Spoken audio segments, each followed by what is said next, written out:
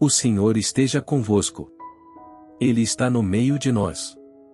Proclamação do Evangelho de Jesus Cristo segundo João. Glória a vós, Senhor. Estava próxima a Páscoa dos judeus e Jesus subiu a Jerusalém. No templo, encontrou os vendedores de bois, ovelhas e pombas e os cambistas que estavam aí sentados. Fez então um chicote de cordas e expulsou todos do templo, junto com as ovelhas e os bois. Espalhou as moedas e derrubou as mesas dos cambistas. E disse aos que vendiam pombas: Tirai isso daqui. Não façais da casa de meu pai uma casa de comércio. Seus discípulos lembraram-se, mais tarde, que a Escritura diz: O zelo por tua casa me consumirá. Então os judeus perguntaram a Jesus: Que sinal nos mostras para agir assim? Ele respondeu: Destruí este templo, e em 3 dias o levantarei. Os judeus disseram: 46 anos foram precisos para a construção deste santuário e tu o levantarás em 3 dias. Mas Jesus estava falando do templo do seu corpo. Quando Jesus ressuscitou, os discípulos lembraram-se do que ele tinha dito e acreditaram na Escritura e na palavra dele. Jesus estava em Jerusalém durante a festa da Páscoa. Vendo os sinais que realizava, muitos creram no seu nome. Mas Jesus não lhes dava crédito, pois ele conhecia a todos. E não precisava do testemunho de ninguém acerca do ser humano, porque ele conhecia o homem por dentro. Palavra da salvação. Glória a vós, Senhor.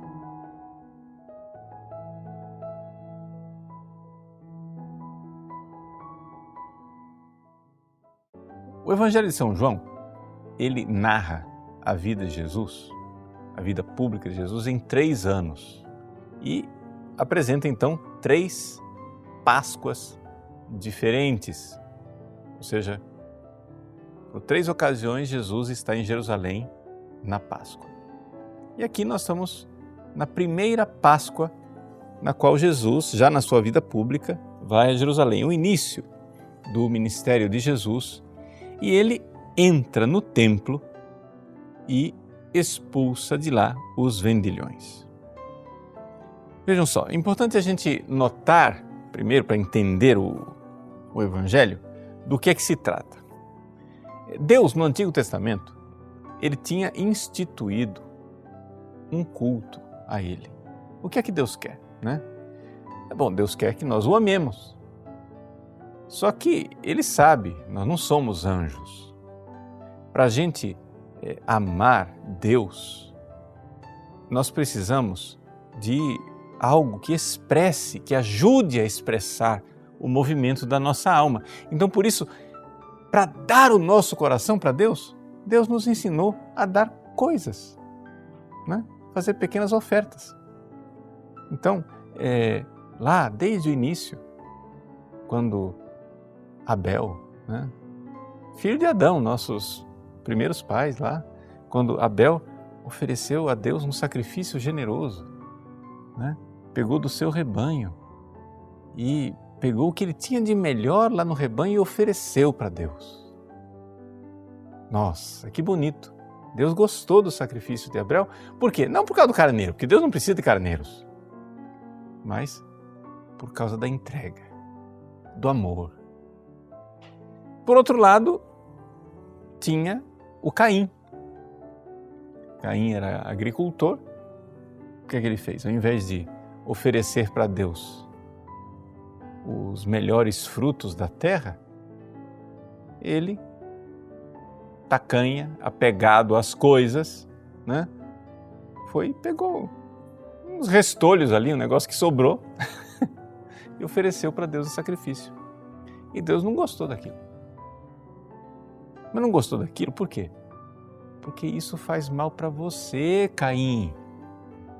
Veja, gente, Deus quer que nós o amemos porque sabe que serão felizes aqueles que o amarem.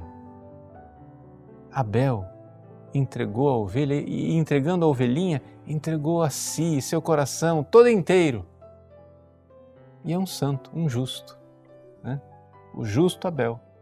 Caim ofereceu de mau grado, ofereceu de forma não generosa, meio interesseira. E aquilo lá é a destruição do pobre do Caim. Assim, Deus foi ao longo dos séculos nos ensinando a sacrificar, ou seja, ensinando a oferecer coisas para Ele, para que na oferta destas coisas a gente fosse oferecendo a nós mesmos. Esse foi o caminho de Deus. E é um caminho tão bonito. E é por isso que no Antigo Testamento Deus instituiu sacrifícios, né? E então, já lá desde Abraão, mas também depois, de forma cada vez mais elaborada, com Moisés e Arão, foi instituído todo o sacrifício do templo, da tribo levítica, né? O povo ia lá e oferecia bodes, carneiros, etc. Sacrifícios para Deus. E o que Deus queria, né? Deus queria que o seu povo oferecesse o seu coração. Mas ao longo dos séculos, por causa do pecado e da infidelidade do povo, estes sacrifícios que Deus instituiu, cheio de bondade, foram sendo transformados em coisas mesquinhas. Ou seja, nosso Senhor falou através dos profetas: esse povo me louva com os lábios e não com o coração. Esse povo oferece sacrifícios, mas o coração mesmo deles não está indo, não está funcionando. A tal ponto que na época de Jesus, a coisa estava bem grave. Né? Por quê? Porque tinha lá, no templo, todo um comércio para as pessoas poderem comprar os animais que seriam sacrificados. A moeda que era utilizada na época de Jesus era a moeda do Império Romano. A moeda do Império Romano tinha lá a efígie, ou seja, o rosto do imperador, que é chamado de Divino César, né? O Divino César, ou seja, os romanos idolatravam César. Então, os judeus olhavam para aquelas moedas e diziam: não, essa moeda aqui não pode entrar no templo. Então já fizeram na porta do templo, já tinha os cambistas. O cambista estava lá para trocar a moeda profana, idolátrica do imperador por uma moeda que valia lá dentro do templo, mas que não tinha idolatria nela. Então é claro que, né, só isso você já viu o interesse, né? Porque tinha também aquela taxinha de, né, manutenção para fazer o câmbio. E já ali já começou a transformar o culto a Deus no interesse, num lucro, numa coisa. Depois tinha aqueles que vendiam os animais, e quem vendia o animal também ganhava, né? Também tinha lucro na história. Então se tornou um negócio. E aí é evidente, né? Tanto quem ia lá comprar os animais, como quem estava lá vendendo os animais ou fazendo o câmbio. Jesus, que conhece o coração do homem, Jesus que vê a alma das pessoas, viu que aquilo tudo era um sistema iníquo e que Deus, que queria amor, não estava encontrando nada. Então esse é o contexto no qual se dá o evangelho desse domingo. Acho que era importante explicar um pouco isso tudo para saber o que é que Deus quer, né? Deus, de uma só vez e para sempre, vai confessar. O chicote é para você, para tirar verdadeiramente essa idolatria de dentro do seu coração. Agora, existe também, por outro lado, né, aquelas pessoas que estão em estado de graça e dizem: ainda bem que eu escapei do chicote, né? Mas você não escapou, não. Porque também para as pessoas que vivem na amizade de Deus, no estado de graça, tem coisas que nós precisamos purificar.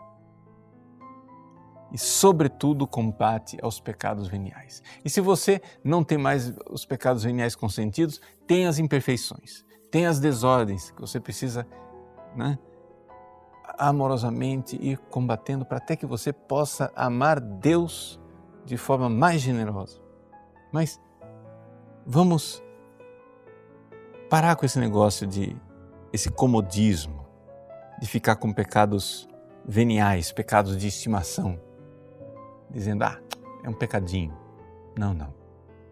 É tempo de conversão e um pecadinho nos atrapalha naquilo que Deus quer. Ele quer que nós generosamente o amemos, porque sabe que serão felizes aqueles. Para encerrar nossa leitura e reflexão da palavra de hoje, rezemos a oração que o Senhor nos ensinou. Pai nosso que estais nos céus, santificado seja o vosso nome. Venha a nós o vosso reino. Seja feita a vossa vontade, assim na terra como no céu. O pão nosso de cada dia nos dai hoje. Perdoai-nos as nossas ofensas, assim como nós perdoamos a quem nos tem ofendido. E não nos deixeis cair em tentação, mas livrai-nos do mal. Amém. Em nome do Pai, do Filho e do Espírito Santo. Amém. Que a graça de Deus seja derramada sobre você. Deus te abençoe. Gostou desse vídeo? Curta-o e compartilhe com amigos e familiares. Caso não seja inscrito no canal, inscreva-se e ative as notificações clicando no sininho para não perder nenhum vídeo novo. Deus te abençoe.